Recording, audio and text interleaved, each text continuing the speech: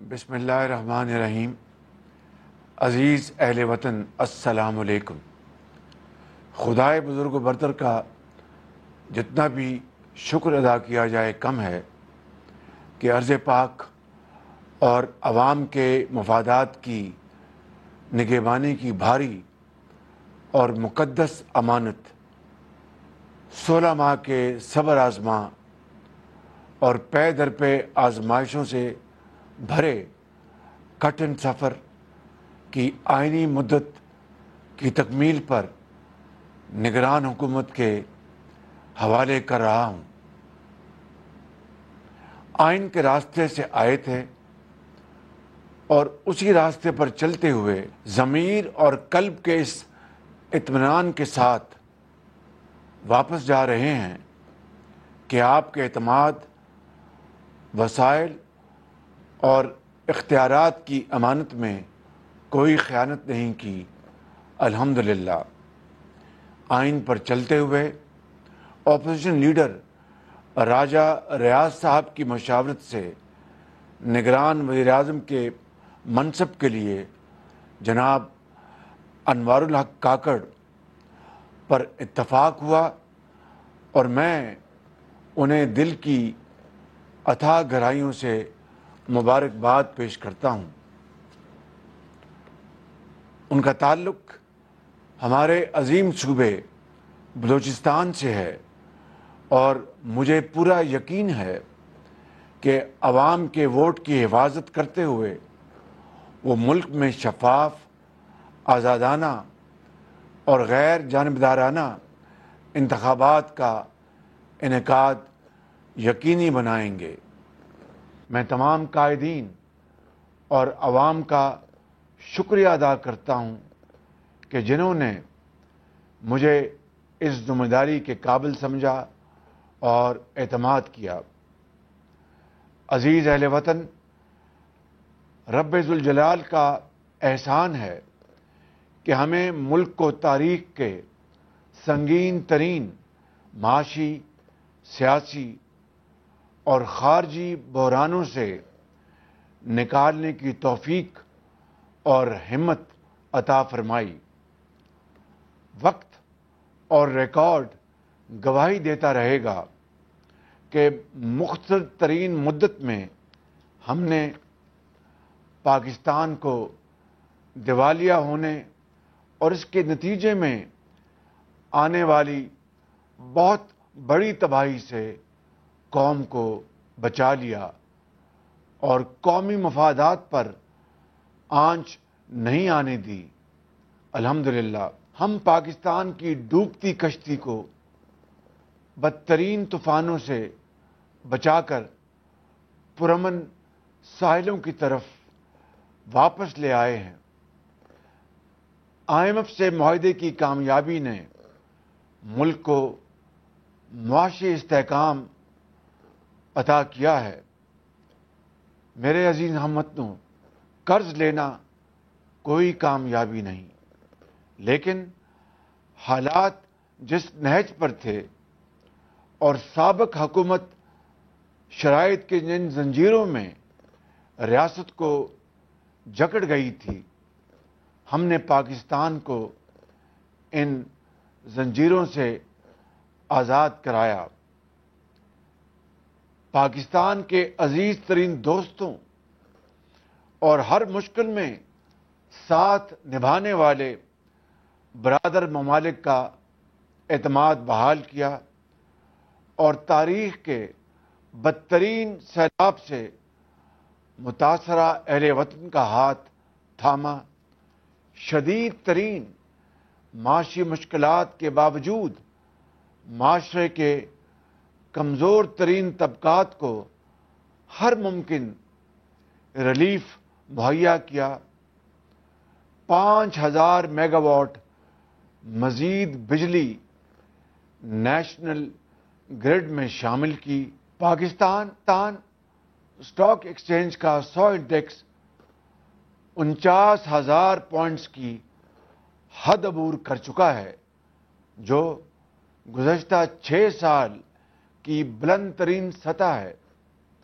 Media کو آزادی اور میڈیا ورکرز کو حقوق دیے، اور سب سے بڑی بات، پاکستان کو معاشی خود انحصاری اور کشکول سے نجات دلانے کی راہ پر گامزن کر دیا۔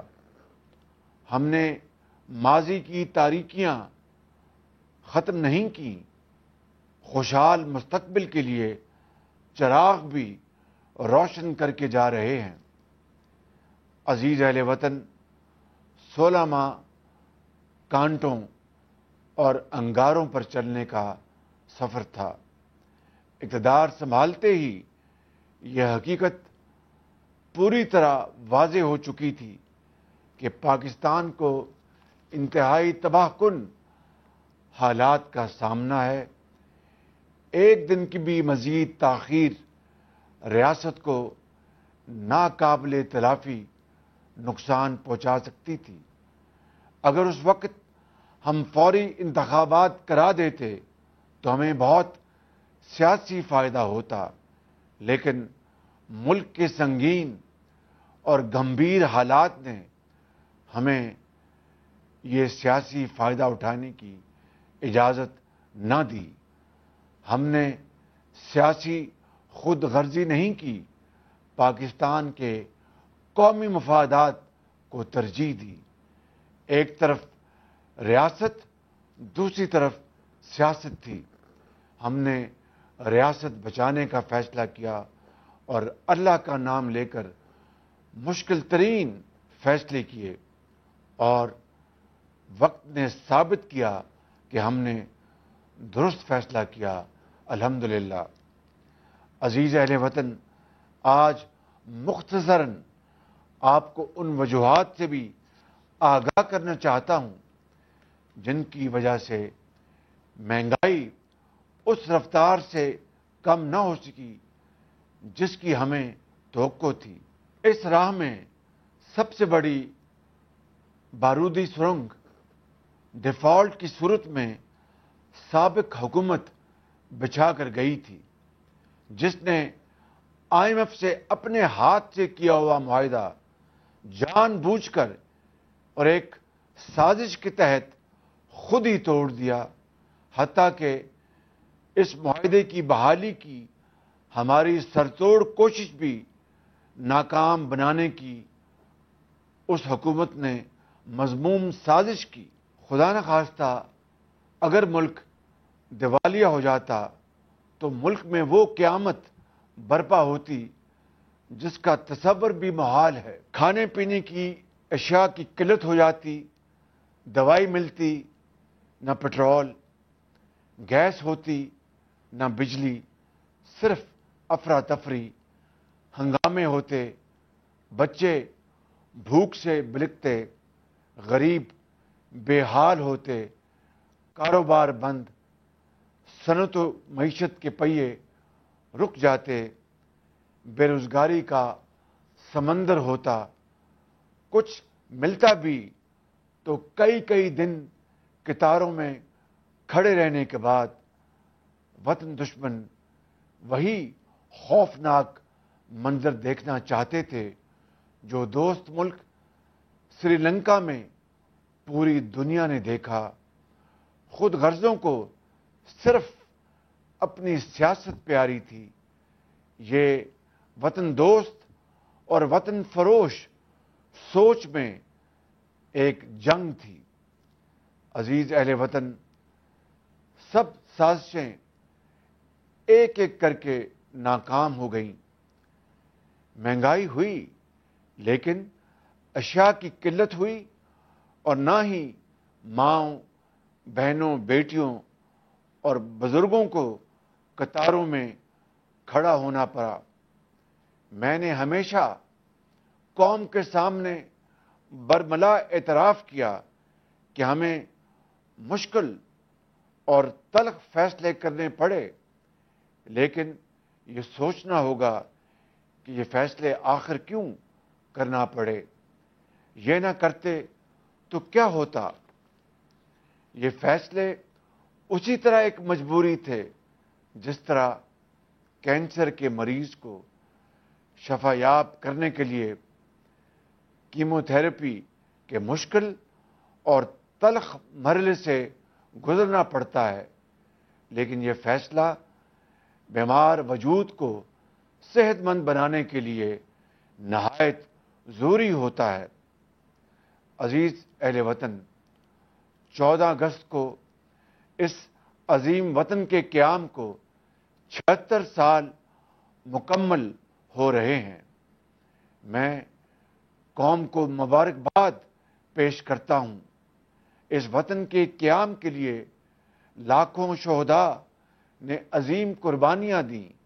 ماؤں، بہنوں، بیٹیوں نے اپنے آنچل قربان کیے، جنہیں ہم کبھی فراموش نہیں کر سکتے۔ ان کی قربانیاں اور احسان ہماری آنکھوں میں آج بھی آنسو لے آتے ہیں۔ ہمارے ہاتھ ان کے درجات کی بلندی کے لیے اٹھے ہوئے ہیں، مگر افسوس ہمارے شہداء کی قربانیوں کو زائل کرنے کی ناکام کوشش کی گئی۔ شہداء کی نشانیوں کو مسمار کیا گیا، سرکاری املاک کو نقصان پہنچایا گیا۔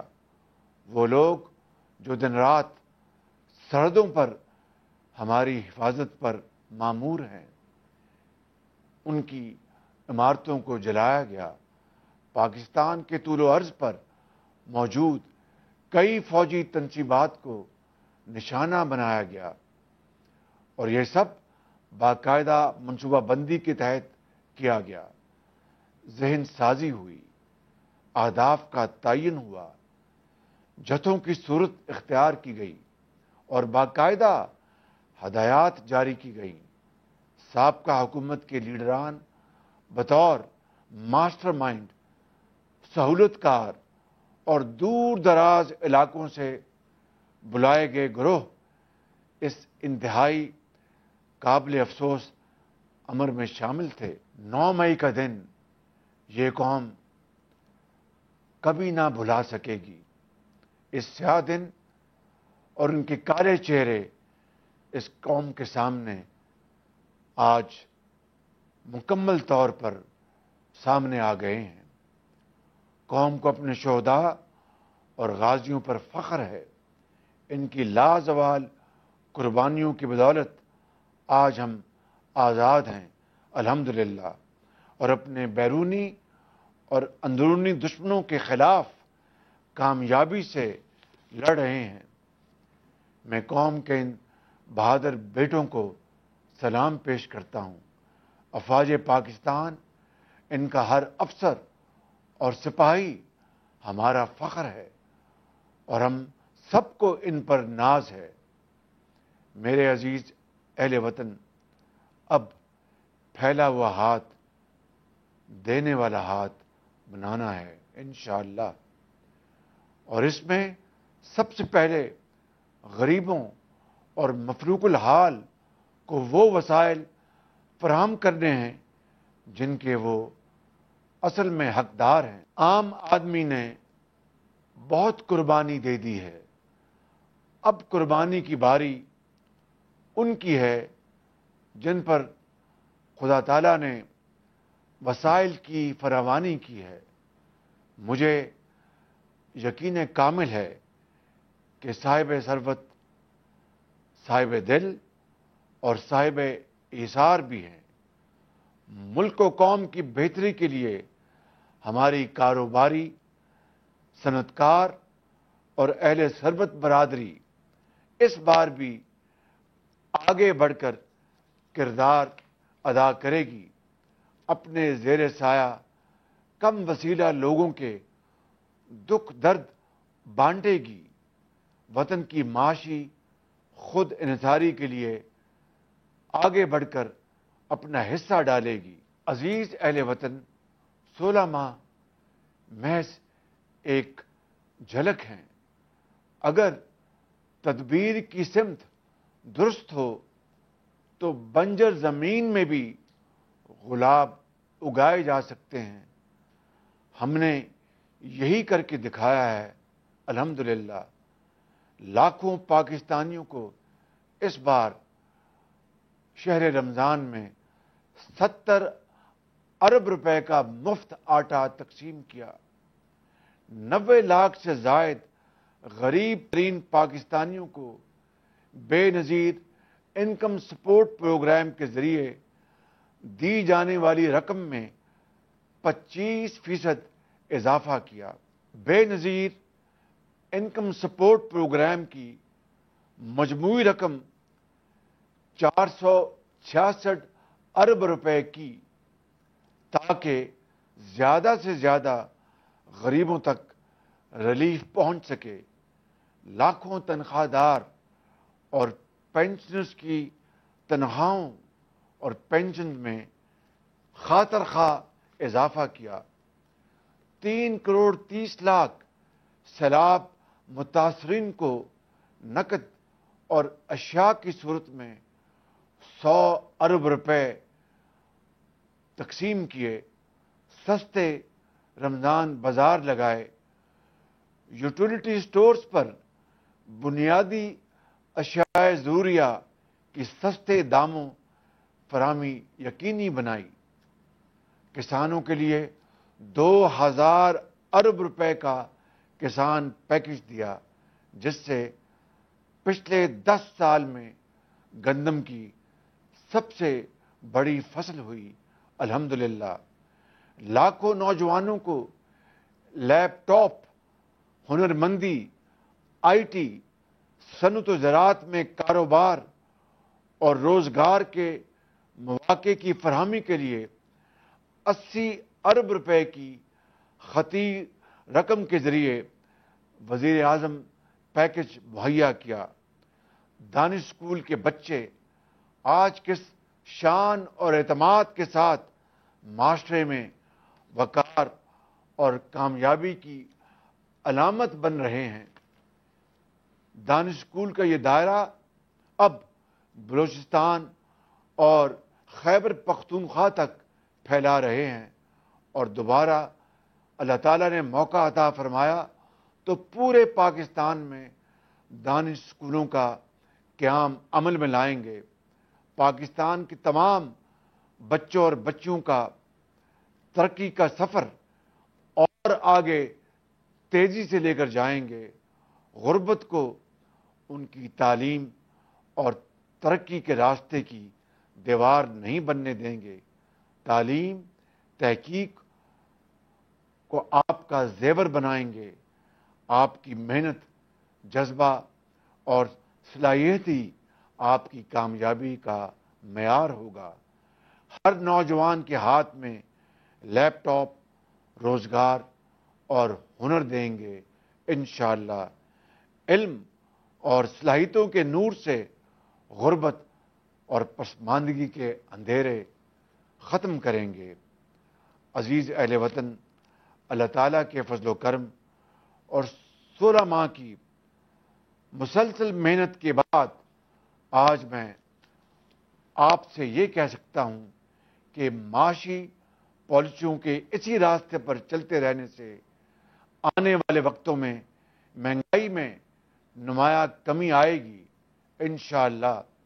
ہمارا وعدہ ہے کہ مہنگائی کو اسی کم ترین سطح پر واپس لائیں گے جہاں وزیر اعظم محمد نواز شریف بڑی محنت اور لگن سے لے کر آئے تھے انشاءاللہ۔ عزیز اہل وطن، ملک آج پھر فیصلہ کن دورائے پر کھڑا ہے، جہاں سے ہم ترقی کی بلند شرح، معاشی خود انحصاری کشکول توڑنے، مہنگائی، بے روزگاری اور غربت کے دکھوں سے نجات کی منزل حاصل کر سکتے ہیں۔ لیکن اس کے لیے آئندہ 5 سال ہمیں اسی محنت، دیانتداری، خلوص نیت اور ایثار اور درست سمت میں کام جاری رکھنا ہوگا، جس کا مظاہرہ ہم نے 16 ماہ میں کیا ہے۔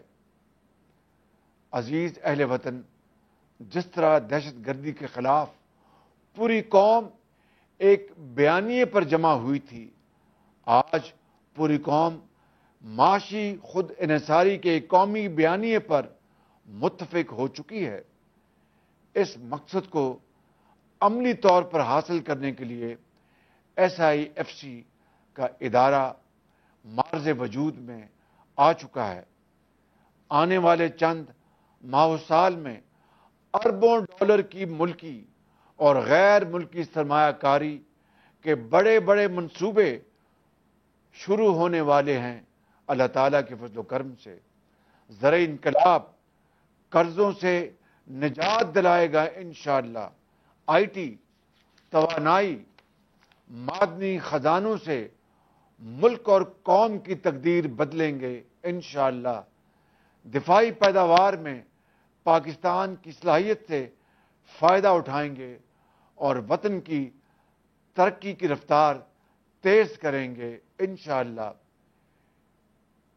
میرے بھائیوں اور بہنوں، یہ محض ایک خواب نہیں، ایک دعویٰ نہیں، محض کوئی نعرہ نہیں، اس خواب کی تعمیر کا جامع منصوبہ ہم نے بڑی محنت اور ارک ریزی سے بنایا ہے۔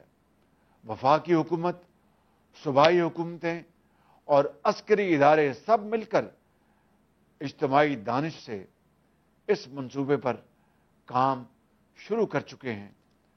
قوم سے کیے ہر وعدے کی طرح اس وعدے کو بھی پورا کرنے کی حتی المقدور کوشش کریں گے انشاءاللہ۔